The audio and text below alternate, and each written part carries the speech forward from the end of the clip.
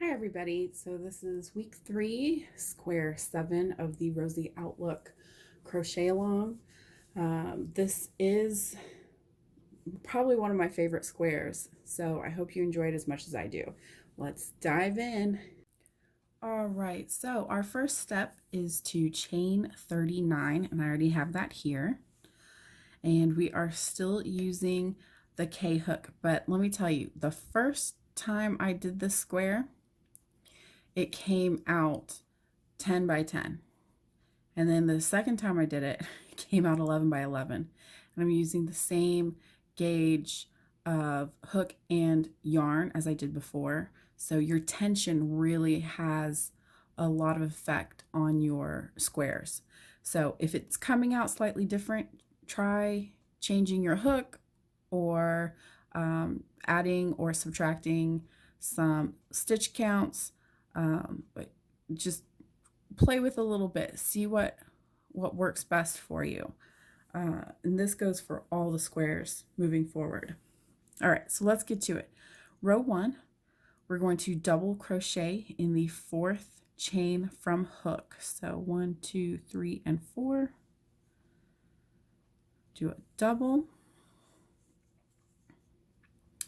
And then DC, double crochet in the next 2 chains. All right. So now we're going to chain 2, and we're going to do a 3 DC puff. Now, I learned something this week.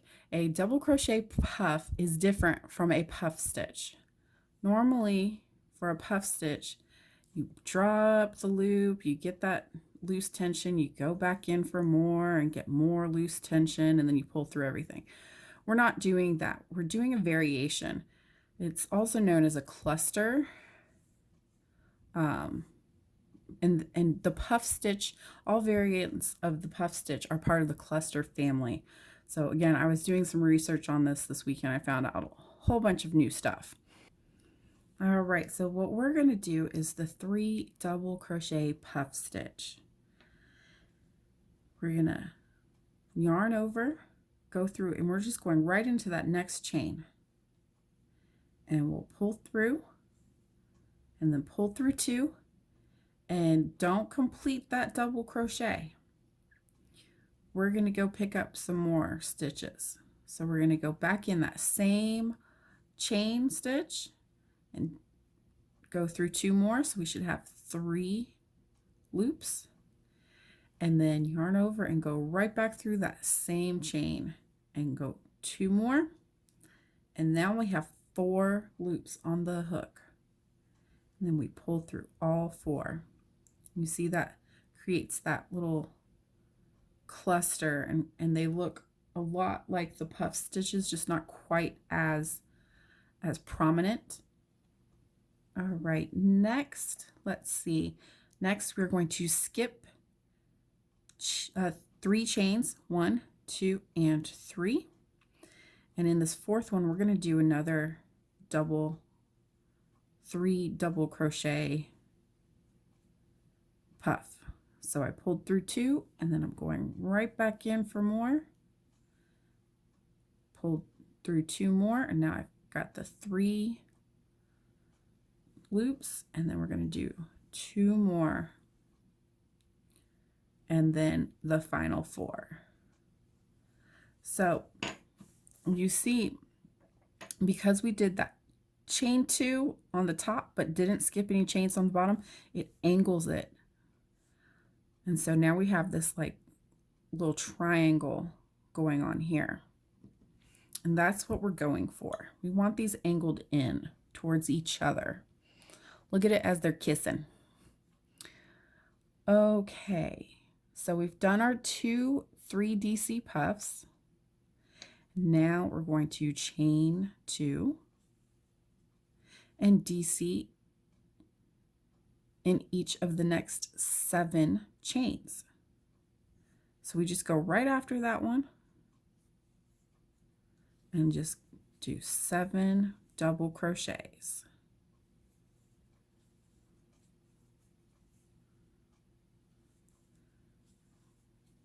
So, and you see I'm going across. I'm not going into the same stitch anymore.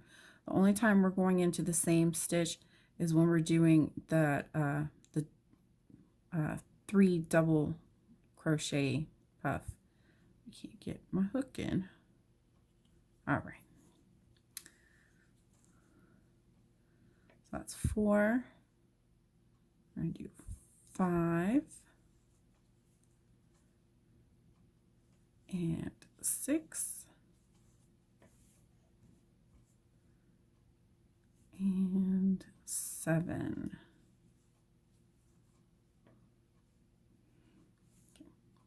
So this is what we should have at this point. Sometimes these little puffs need encouragement to stick out a little bit. And you might like the ripple because we're going to turn it and we're going to do it, the puffs again, and we're going to turn it back and do the puffs again. So they will kind of stick front, stick back, stick front, stick back. And you might like that ripple, or you might want to fiddle with it and push it forward. It's up to you. And this first row is going to stick down. It's going to stick down below everything else. It's okay. It gets covered up basically once you attach all the blankets and everything. You can't tell. It gets covered up. The single crochet border helps, but really when you attach it, it puts everything right in place. Some of this blanket, you're just going to have to trust me. It worked. You guys love the blanket, so it worked pretty okay. But some of it is just kind of trusting that it's going to turn out.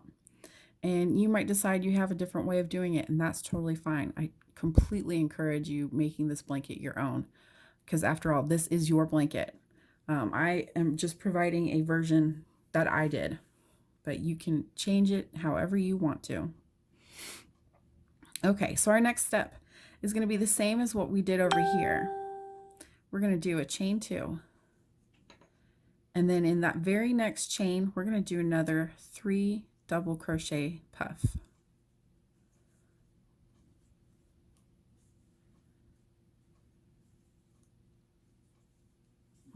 Okay. And again, we have it angling over,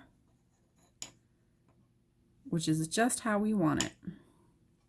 We're going to skip the 3, 1, 2, 3, and we're going to do another puff of the 3 double crochet puffs.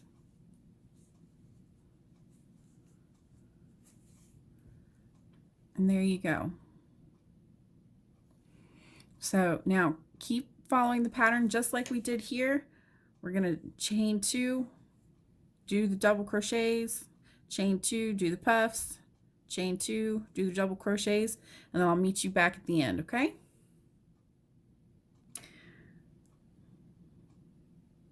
Okay, so here we are. We have our three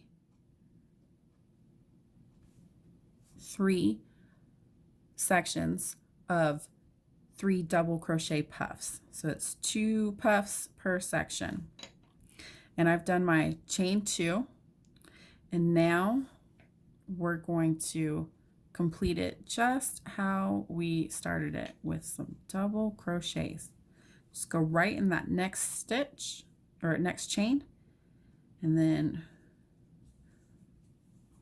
we are going to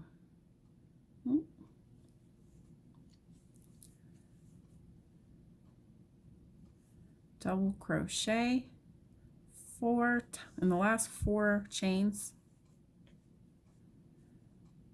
and there you have it. That is row 1. That was pretty easy, huh? I know it kind of looks daunting. You're like, oh my gosh, how are we going to get all this texture in here? But it's really pretty easy. All right, so let's do row 2. Chain 3 is our first step. And it counts as a double crochet as always. When my patterns, they always count as that first double crochet. Extra yarn it's always extra yarn. It adds extra bulk, so I don't believe in not counting it. That's me personally. So if you do it differently, by all means, but that's how I do it. This counts as a double crochet. So we're going to skip this first double, and then we're going to double in the next 2. Okay. And remember, we did 4 double crochets down here. So we still have this one last one. And with this one, we're going to do a back post double crochet. In a previous video, I showed you how to do the front post. The back post is the same thing, except it's coming behind. So you go in behind, see, to the right of the stitch, or I guess if you're left-handed, it would be to the left, but for me, it's to the right of the stitch, and you cross your hook over and then go into the hole to the left. And you yarn over and pull through all the way to the other side. So you see it's kind of pulling that stitch back a little bit. And just do your double crochet like normal. And so what it's doing is it's creating that ridge that's in that ridge here in the photo. That's what we're creating. Okay. So now that we've done our back post, we're going to chain 2 and do a 3 double crochet puff stitch in this chain 2 space. You don't even have to go into a stitch. I love it when I can just use a chain space. Okay, do it just like we did in the row below. And then it's going to be just like the row below, but instead of skipping 3 chains like we did down here, we're skipping these 2 puff stitches, and we're going to go into this chain 2 space.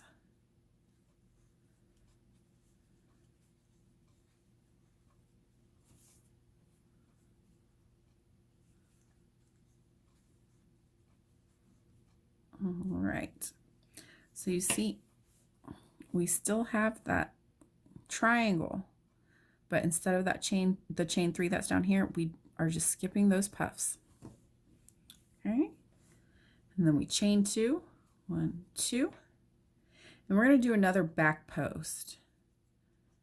So the easy way for me to remember, and hopefully it doesn't I don't confuse you, because my brain works the way my brain works, is we are doing either a back post or a front post, depending on the row, on the last double before the puffs and the first double after the puffs.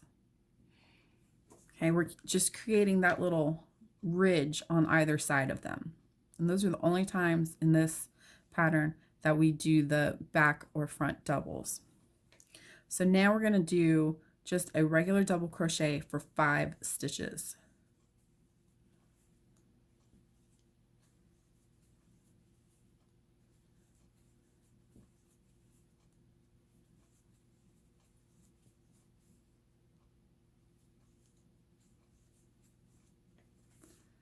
Okay, so here we are, we've got that last double crochet before the puffs, so we're going to do a back stitch, or a back post double crochet.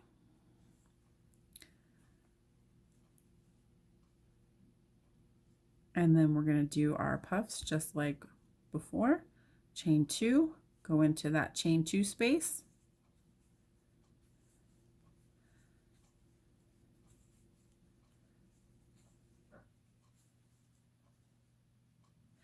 And skip the puffs and do another 3 double crochet puff stitch.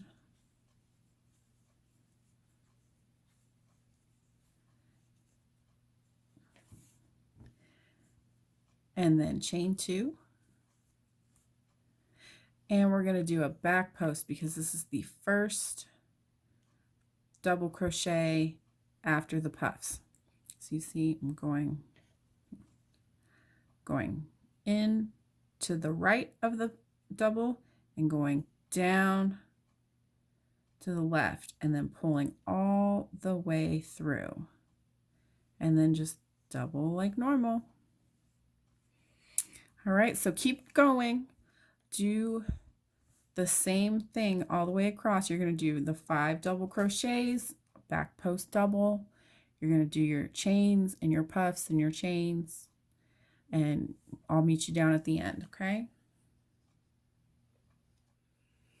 Here we are. We finished our second row. You should have 3 puff sections again. And then this time we did our back double crochets, which are kind of hard to see from this side, but if you flip it over, you can start seeing that ridge starting to pop up there. Okay, it gets a lot more prominent the farther along we get. Now, row 3 is exactly like row 2.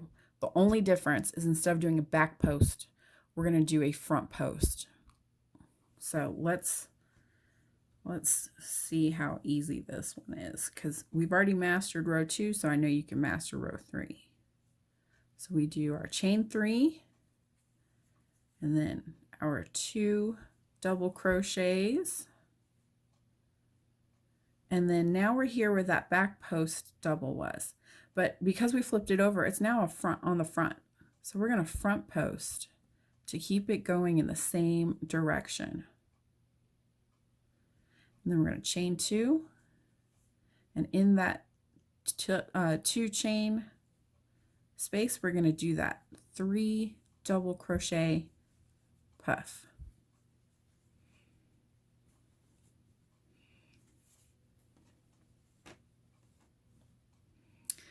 And then we're going to skip the puffs and go into that chain 2 space and do a 3 double crochet puff and chain 2. And we're going to do a front post double.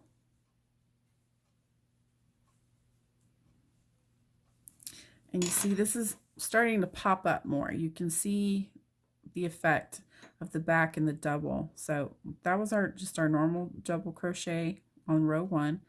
This was our back double, which now looks like a front double because we flipped over for row 2. And then this is our front double for row 3. So just keep on going in the same manner, and just anytime this part is sticking up, you know you have to do a front post, and anytime it's sticking down, like it is here, you do a back post. And that's how the square is worked. So you're going to work it till about 19 rows and do your single crochet border around it. I'm not sure if I've made it clear in the previous videos. You do a single crochet border around all of the squares. This helps to kind of normalize or regulate the stitch counts on all of the squares, so that when we go to attach them, all squares have the same amount of stitches around their border. It will make it a lot easier later down the road when we're going to join the squares. So just keep on, do your 5 double crochets, your front post, chain 2 with a 3 double crochet puff and a 3 double crochet puff with chain 2, then your front post, and so on. Just keep on keeping on.